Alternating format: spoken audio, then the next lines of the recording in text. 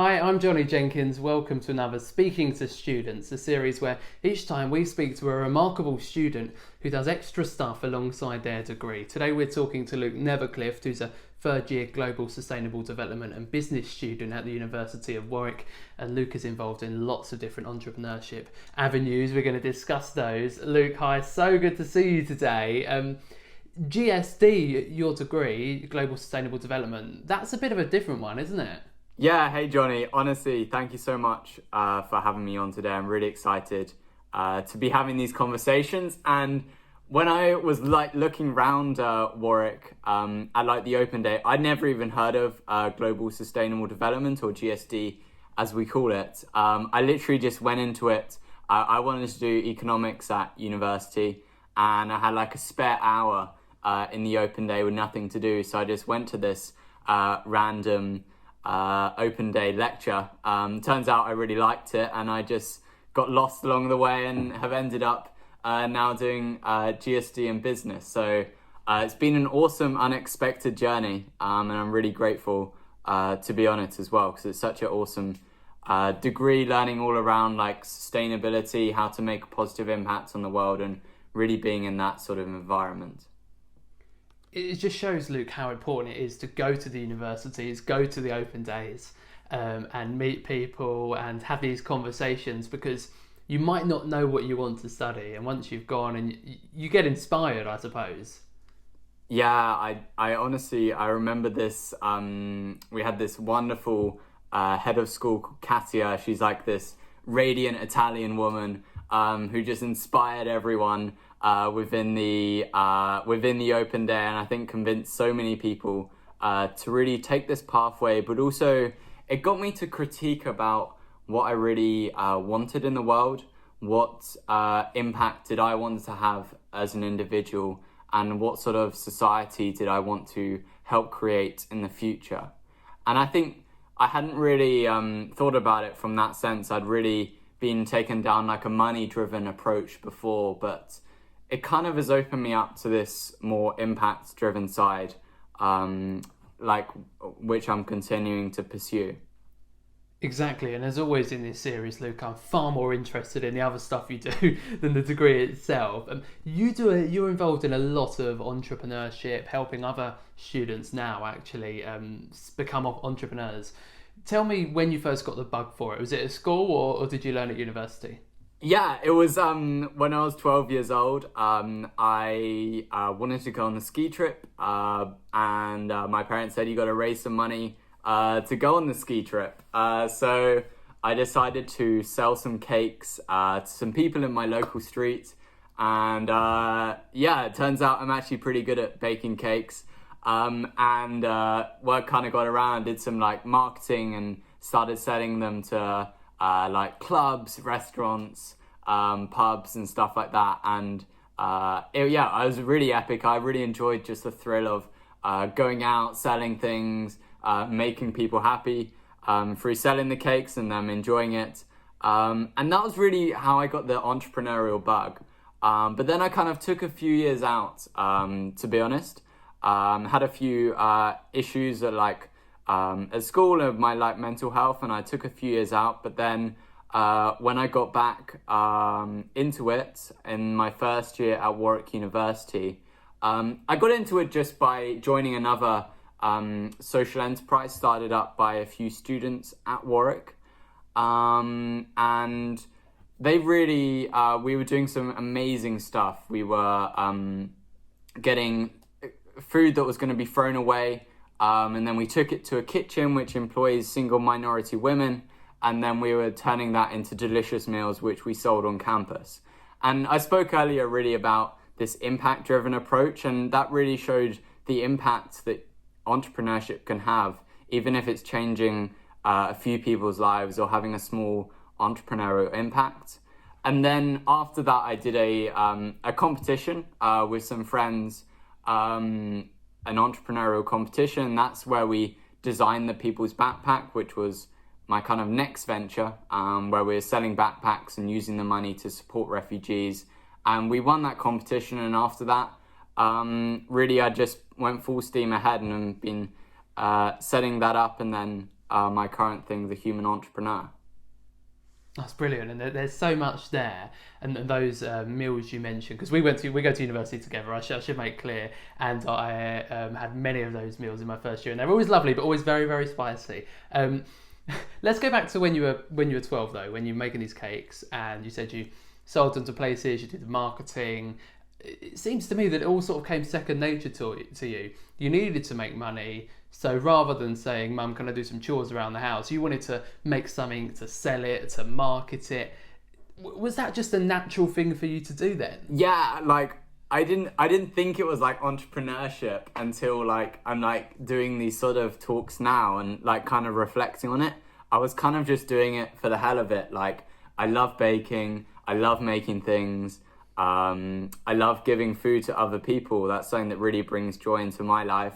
And I saw making cakes as an amazing way to do that.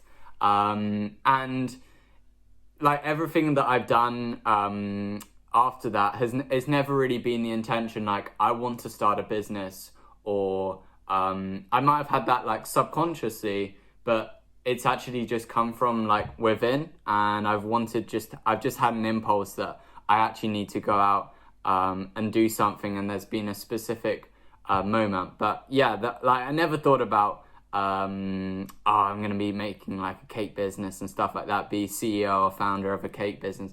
I never really thought of it like that. I just saw it as a way of just making cakes for people, and eventually I got to Italy and had a great time, so it all paid off. Oh, I'm so glad to hear that. And often I think it does, these sorts of things, whatever your field is, it sort of just happens by accident. So I've said before in this series, I was editing the school newspaper, and I didn't see it as journalism. But down the line, when I became a journalist, I all the pieces sort of came together, and I realised whether it be working with sort of minority women to make these meals, or helping refugees with the people's backpack, this sort of corporate social responsibility, looking after society, is always at the heart of the things you do. Why is that so important to you, and has that been there from the very start? If I'm being honest, I wouldn't say it has been. Like when I did the cake business, it was purely really to make cakes and make some money. But I've got to be grateful to my parents and my grandparents always getting me to do some like environmental conservation projects and volunteering and stuff like that. And I think that really helped ground me. But also, like I mentioned, I really struggled to speak between the ages of 13 to 17. I had a problem with my vocal cords, and it caused quite a lot of like anxiety and mental health problems, to be honest, for me. And being in that experience, it really gave me a new perspective of maybe being in that difficult situation, and then, as you can hear, coming out of it and like getting my confidence back. It really got me to question like, what change do I want to make in the world? Like I've been in both sides of the table in a way, and I'm lucky enough to be in that position. And so that's really where it came from. I'm in this kind of privileged position, and now I want to go out and change stuff. And like with the minority women, it was an excellent impact that we had with them, like making sure they got employment. It also meant that they got some time alone from maybe people in their lives who might have abused them or caused them harm in some way. And so being able to make that impact and really bring some self-confidence into other people is something that is truly deeply rooted within me as a result of those experiences. And yeah, hopefully that I can continue to do in the future. I think I see it as I want to really inspire and bring more people along with me, and I really want to break down the doors and barriers that they have so that other people can really just walk through them. And now you use a lot of the skills that you've learned over the years in the Human Entrepreneur Network, which supports young entrepreneurs from all over the country, doing all different things, lending skills to each other. I know you've got your podcast, and I think if you told 13-year-old you that you were going to be presenting a podcast, that would be quite something. Tell me, when you first set up the Human Entrepreneur Network, with you and your partner Varun, who set out together. Why was it you did that? It came out through challenges I'd faced with a people's backpack. I really enjoyed it on some levels, but I found it difficult on many other levels. Like, I found it quite lonely. I felt I was burning out quite a lot because there was so much to do. And like, when you're a student and you've got all these like deadlines and essays and exams and, you know, social life, I love to party and have a boogie, but that's really hard to do if you want to like be an entrepreneur and start up a business. And like, sacrifices do have to be made on some level, and I often like would sacrifice sleep, and that definitely had negative consequences on my well-being. And I mean, the support at Warwick University, as it is at many other universities, was fantastic, but I still saw there being a lack of unity within the young entrepreneur population.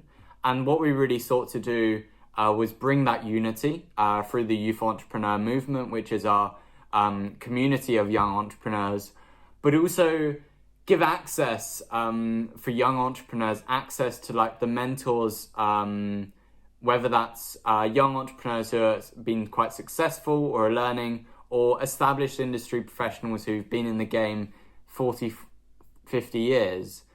We wanted to give them access to these young entrepreneurs, access to these people, and therefore we did that through the podcast because we saw that as the easiest way to really democratize it. So that's how it all came about, really.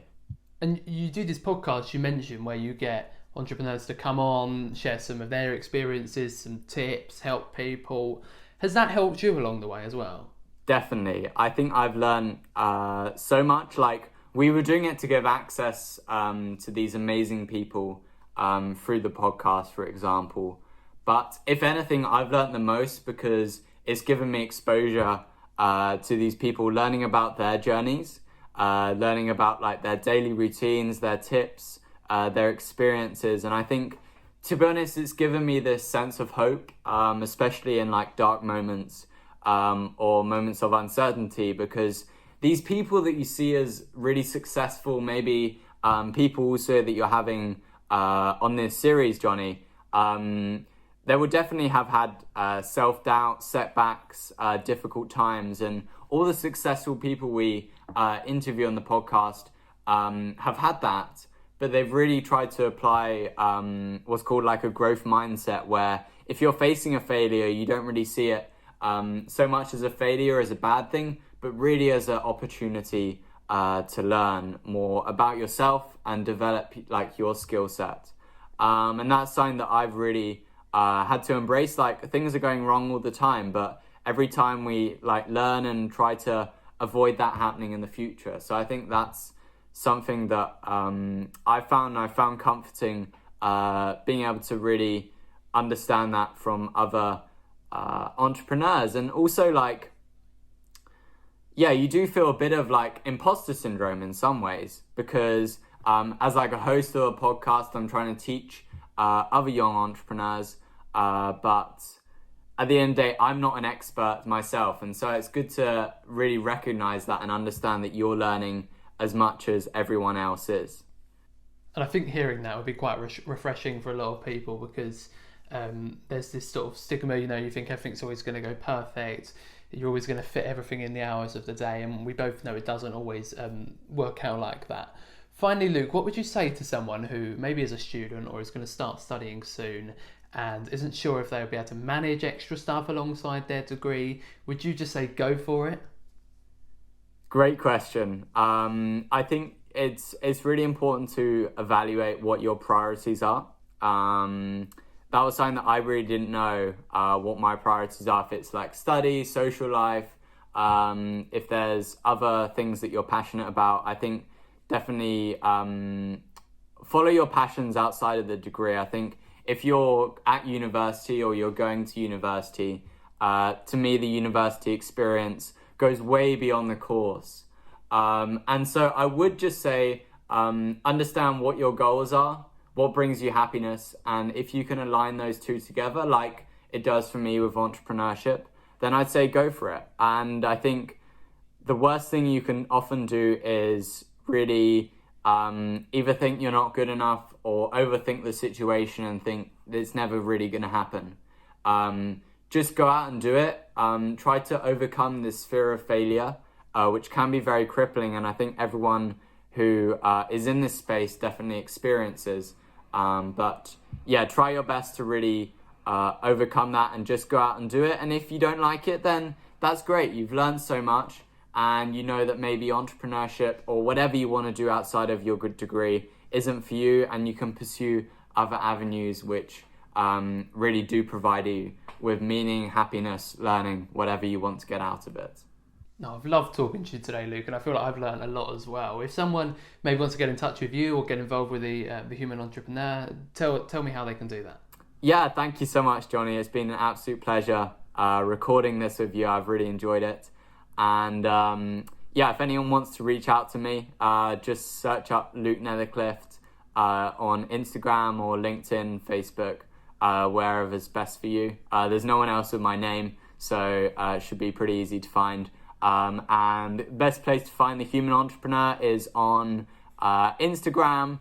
So yeah, you can always DM the page and someone or myself from the team will get back to you. And we're always happy to just provide as much support as we can to young people, whether you're thinking about becoming an entrepreneur, whether you're not sure, whether you are, or anything else. Please just drop me a message at any point. Well, Luke Netherclift, you certainly are a remarkable student. Thanks so much for talking to me today. And if you like what you see, make sure to like and subscribe. We'll see you very soon.